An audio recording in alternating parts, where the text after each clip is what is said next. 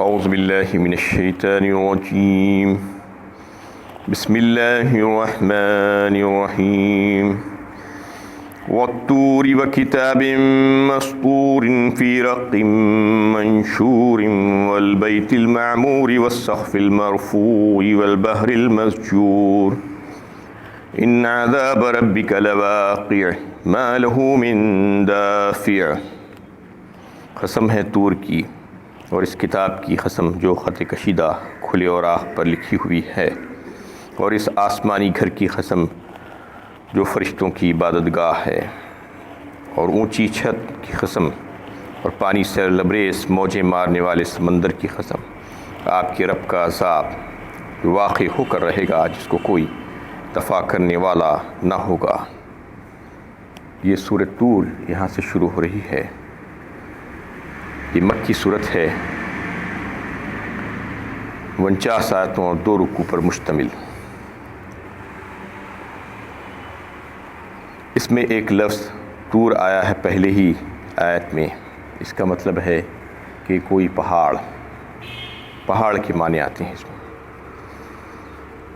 اور اس میں اللہ تعالیٰ نے قیامت کو ثابت کرنے کے لیے اور آخرت کی جو بات ہے وہی موضوع اس میں بھی آ رہا ہے، جیسا کہ پچھلی 2 صورتوں میں بھی چلا آ رہا تھا۔ ایک رکوع میں تقریباً آخرت ہی کے موضوع پہ بات ہوگی، تو اس کے جو حقائق ہیں اور اس کے جو آثار ہیں، اس کی قسم کھا کر اللہ تعالیٰ نے کچھ چیزوں کی قسم کھا کر اس کا اظہار کیا ہے، اور یہ بات بتائی اس میں کہ وہ واقعہ جو قیامت کا واقعہ ہے وہ ہو کر رہے گا، اس میں کوئی شک و شبہ نہیں ہے، اور کسی میں یہ طاقت نہیں ہے کہ اس کو برپا ہونے سے روک سکے۔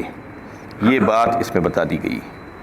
اور جو لوگ انکار کرنے والے ہیں اس کا، جو نہیں ماننا چاہتے، جو نافرمانی کرتے جا رہے ہیں، ان کا انجام کیا ہوگا، اور جو فرمانبردار ہیں، جو تقوی کی روش اختیار کیے ہوئے ہیں، ان کو اللہ تعالیٰ کیسے نعمتوں سے سرفراز فرمائیں گے، اس کا تذکرہ اس میں آئے گا۔ یہ تمام باتوں کا احاطہ کیا گیا ہے اس میں۔ اور نبی صلی اللہ علیہ وسلم کی مخالفت میں جو کفار قریش، سرداران قریش جو قسم قسم کی حرکتیں کر رہے تھے، ان پر تنقید کی گئی اور تنبیہ کی گئی ہے کہ وہ آپ صلی اللہ علیہ وسلم سے لوگوں کو انہیں بدظن کرنے کے لیے ایسی ویسی باتیں آپ کے تعلق سے مشہور کرتے تھے۔ کبھی کہہ رہے تھے کہ آپ شاعر ہیں، کبھی کہتے تھے کہ آپ کاہن ہیں، کبھی کہتے تھے کہ آپ مجنون ہیں، نعوذ باللہ۔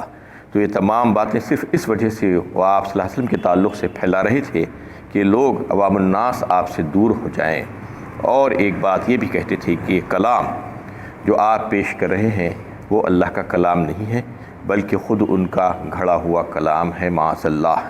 یہ الزام بھی لگاتے تھے، اور دیگر باتوں کے تعلق سے یہ سوچتے تھے کہ کیسے ان کے تعلق سے کچھ ایسی باتیں ہم کہیں کہ ان کا جو دعوت کا جو کام شروع ہوا ہے اس کا خاتمہ ہو جائے۔ یہ سب مل کر کوشش کرتے تھے اور مشورہ کر کے یہ سوچتے تھے کہ اس کے تعلق سے کیا کیا جائے جس سے ان کا جو دعوت کا کام ہے وہ ختم ہو جائے۔ یہ تمام سازشیں وہ لوگ کر رہے تھے۔ اس میں پھر آخر میں اللہ تعالیٰ نے کچھ پے در پہ سوالات کیے ہیں۔ وہ سوالات اصل میں ان کی جو اعتراضات ہے اس کا جواب بھی ہے، اور کچھ یہ ہے کہ ان کی جو جہالت تھی اس پر تبصرہ بھی کیا گیا ہے۔ تو یہاں سے شروع ہوتی ہے سورۃ طور، وہ طور کہہ کر قسم ہے طور کی۔ اور طور خاص پہاڑ، کون سا خاص پہاڑ؟ جو طور سینین جسے کہا جاتا ہے، جو مدین میں واقع ہے، جس کے اوپر موسیٰ علیہ السلام کو نبوت سے سرفراز کیا گیا تھا، اسی کا تذکرہ ہے، اس کی قسم یہاں پر کھائی جا رہی ہے۔ وہ کتاب مسطور، اور اس کتاب کی قسم جو خط کشیدہ کھلے اوراق پر لکھی ہوئی ہے۔ فی رق منشور فرما دیا اس کو، یعنی وہ جو کتابیں عام طور پر جس کو محفوظ کرنا ہوتا ہے بڑی بڑی مدتوں تک، تو اس کو کاغذ پہ لکھنے کے بجائے کچھ دوسرے چیز پر اس کو لکھا جاتا تھا، اور جس کو ہرن کی کھال جس کے لیے استعمال کی جاتی تھی، اس کو خصوصی طور پر اس کے لیے تیار کیا جاتا تھا، جو رقیق جلد یا جھلی کہلاتی تھی اس پر لکھا جاتا تھا۔ تو اس کا جو ہے یہاں پر تذکرہ ہے کہ رقیب منشور، کھلی ہوئی کتاب جو اس پر لکھی ہوئی ہے۔ وہ کتاب مستور اور جو لکھی ہوئی کتاب ہے، والبیت المعمور اور اس آسمانی گھر کی قسم جو فرشتوں کی عبادت گاہ ہے۔ بیت معمور کسے کہا جاتا ہے؟ جو ساتواں آسمان کے اوپر جو ایک مکان ہے جس میں فرشتے عبادت کرتے ہیں، جو عین بالمقابل کعبے کے ہے، جو مکے میں جو کعبۃ اللہ ہے اس کے بالکل اوپر ساتویں آسمان پر جو عمارت ہے اس میں انہیں فرشتے جا کر عبادت کرتے ہیں، اس کو بیت المعمور کہا جاتا ہے۔ اور صحیحین کی حدیث میں ہے کہ اللہ کے نبی صلی اللہ علیہ وسلم جب معراج پر تشریف لے گئے، آسمانوں کی سیر کرائی گئی آپ کو، تو ساتویں آسمان پر بیت المعمور کی طرف بھی آپ کو لے جایا گیا اور وہاں پر اس کا نظارہ کرایا گیا۔ تو وہاں پر آپ صلی اللہ علیہ وسلم نے دیکھا کہ روزانہ 70,000 فرشتے بیت المعمور میں داخل ہوتے ہیں عبادت کرنے کے لیے، اور پھر ایک بار جو فرشتے داخل ہو جاتے ہیں قیامت تک ان کو پھر وہاں پر آنے کا موقع نہیں ملتا۔ یہ آپ اندازہ کر سکتے ہیں کہ کتنے کروڑوں اربوں خربوں فرشتے اللہ تعالیٰ نے پیدا کیے ہیں ان کی عبادت کے لیے، تو ایک بار وہ جب داخل ہو جاتے ہیں تو پھر اس کے بعد وہ داخل ہونے کا ان کو موقع نہیں ملے گا۔ اور پھر ایک مقام پر آپ صلی اللہ علیہ وسلم نے ابراہیم علیہ السلام کو بیت المعمور کی دیوار سے ٹیک لگا کر بیٹھے ہوئے بھی دیکھا۔ یہ نظارہ آپ صلی اللہ علیہ وسلم نے وہاں پر کیا، اسی کی قسم کھائی جا رہی ہے بیت معمور کی۔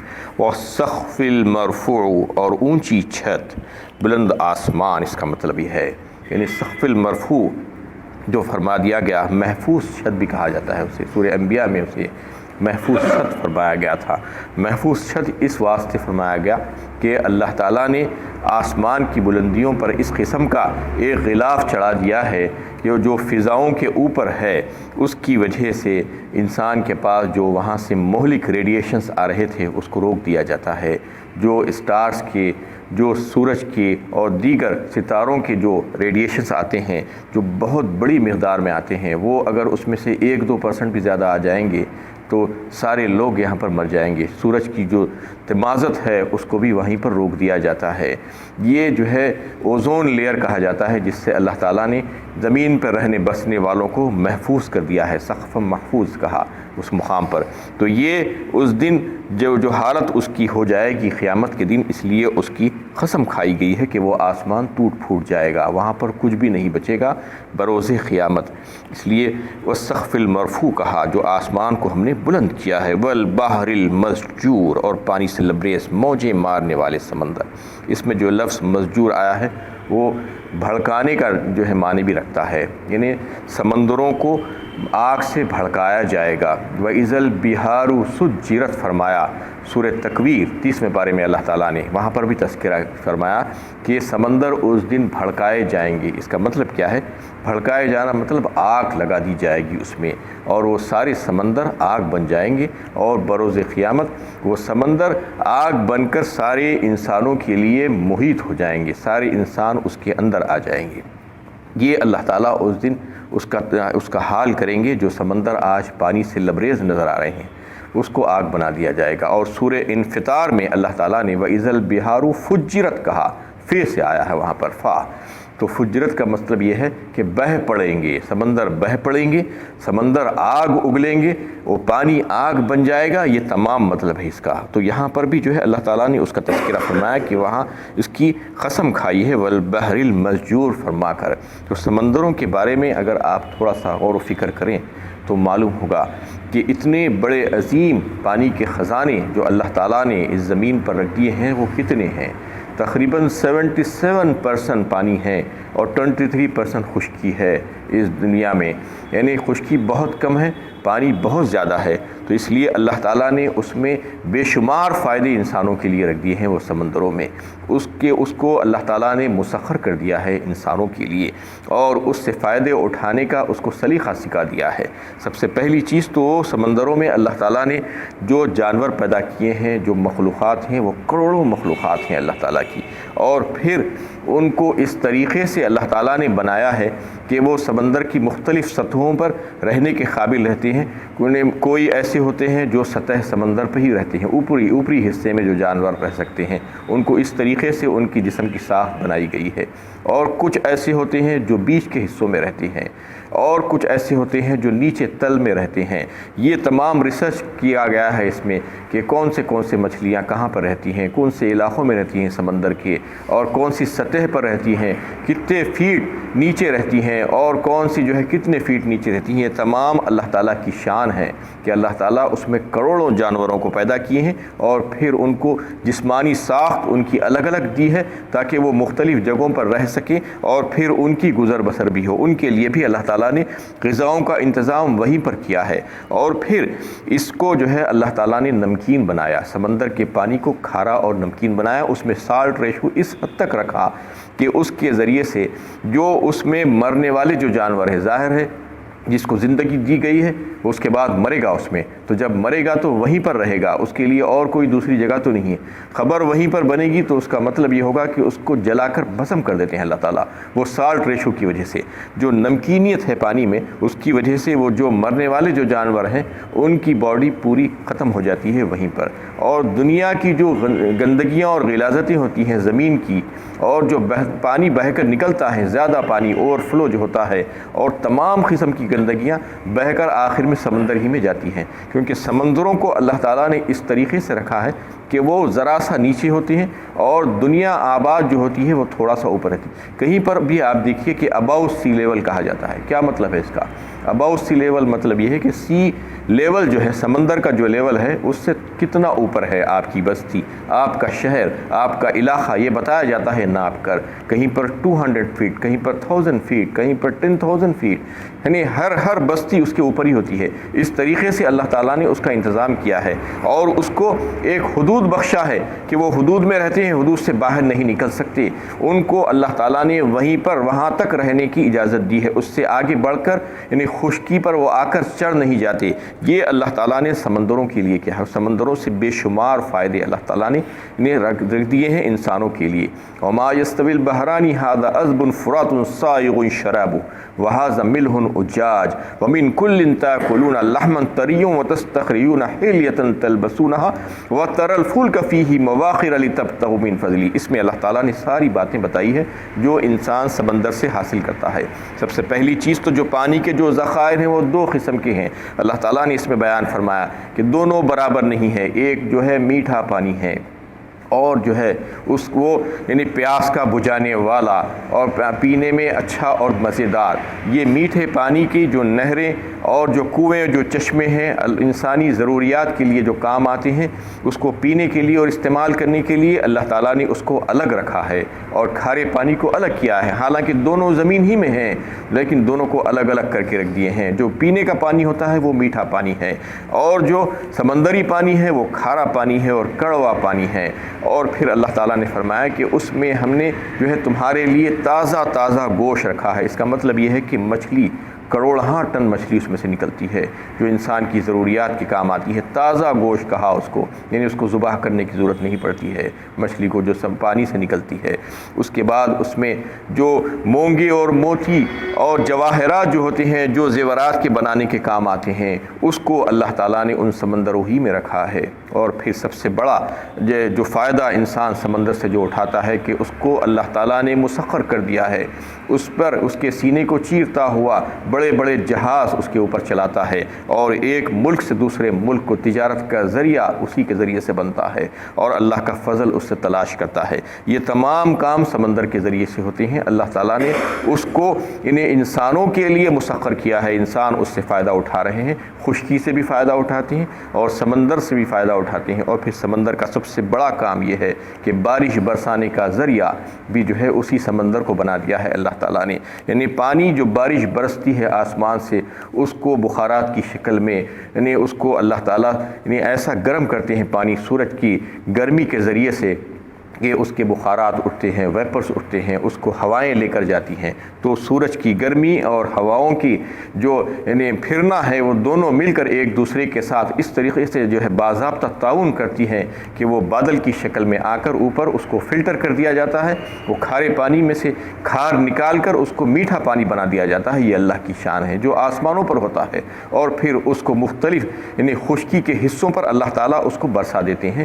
یہ تمام کام سمندر سے ہوتے ہیں۔ اس کو اللہ تعالیٰ فرما رہے ہیں کہ آج تمہیں بڑے پرسکون نظر آ رہے ہیں اور آج اپنی حدوں میں نظر آ رہے ہیں، لیکن اس دن وہ اپنی حدوں میں نہیں ہوں گے، بہہ کر نکل جائیں گے، بستیوں میں ساری دنیا میں جو ہے پانی بہہ جائے گا، اور پھر اس کو ہم بھڑکا دیں گے، اس میں آگ لگا دیں گے۔ آگ لگا دینا بہت آسان ہے، اگر آپ تھوڑا سا اس کی سائنس پر غور کریں تو جو واٹر مالیکیول ہے وہ H2O رہتے ہیں، 2 ہائیڈروجن کا حصہ اور 1 آکسیجن کا حصہ مل کر پانی بنتا ہے، تو اس کو صرف الگ کر دیں گے تو بس کافی ہو جائے گا۔ آکسیجن جو ہوتی ہے، آکسیجن آگ کو بھڑکانے کا کام کرتی ہے، کہیں پر بھی آپ دیکھیے آگ کو بجھانے کے لیے کاربن ڈائی آکسائڈ رکھا جاتا ہے، اور جہاں پر آکسیجن ہوا پھیلنا شروع ہو جائے گی تو آگ پھیلنا شروع ہو جاتی ہے، تو وہی آکسیجن جو آج پانی کا ایک حصہ ہے ہائیڈروجن کے ساتھ مل کر، تو اس کو جب اللہ تعالیٰ شاید الگ کر دیں گے تو پھر وہی آکسیجن وہ جو ہے پانی کو آگ بنا کر اس کو بھڑکانے کا کام شروع کر دے گی، اور سارے سمندر جس میں آج پانی نظر آ رہا ہے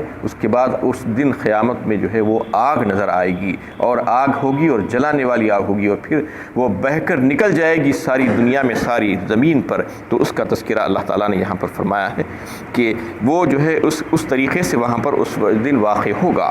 والبحر المسجور ان عذاب ربک لواقع، پھر آپ کے رب کا عذاب واقعہ ہے جو واقع ہو کر رہے گا، جس کو کوئی دفع کرنے والا نہ ہوگا۔ ما لہ من دافع، فرما دیا یہ قیامت کا جو تذکرہ کیا جا رہا ہے، اس کے بارے میں تم جو شک و شبہ کر رہے ہو، شک و شبہ مت کرو، یہ واقع ہونے والا ہے، اس میں کسی قسم کی کوئی شک و شبہ ہے ہی نہیں، اس کو کوئی نہیں روک سکتا، اس کو کوئی روکنے پر قادر نہیں ہے۔ یوم تمور السماء مورا، اور اس دن آسمان لرزنے لگیں گے، اس میں اضطراب آ جائے گا۔ آسمان آج جو یعنی ایسے نظر آتے ہیں کہ ایک بالکل چھت کی طرح، اس دن ویسا نہیں ہوں گے، بلکہ لرز جائیں گے اور ٹوٹ کر گر جائیں گے۔ وتسیر الجبال سیرا، اور پہاڑ بادروں کی طرح چلنے لگیں گے۔ وتکون الجبال کالعہن المنفوش، رنگین اون کی طرح جو ہے، دھنکی ہوئے اون کی طرح اس دن پہاڑ اڑتے پھریں گے، یہ اس وقت کا حال ہوگا۔ وآخر دعوانا ان الحمد للہ رب العالمین۔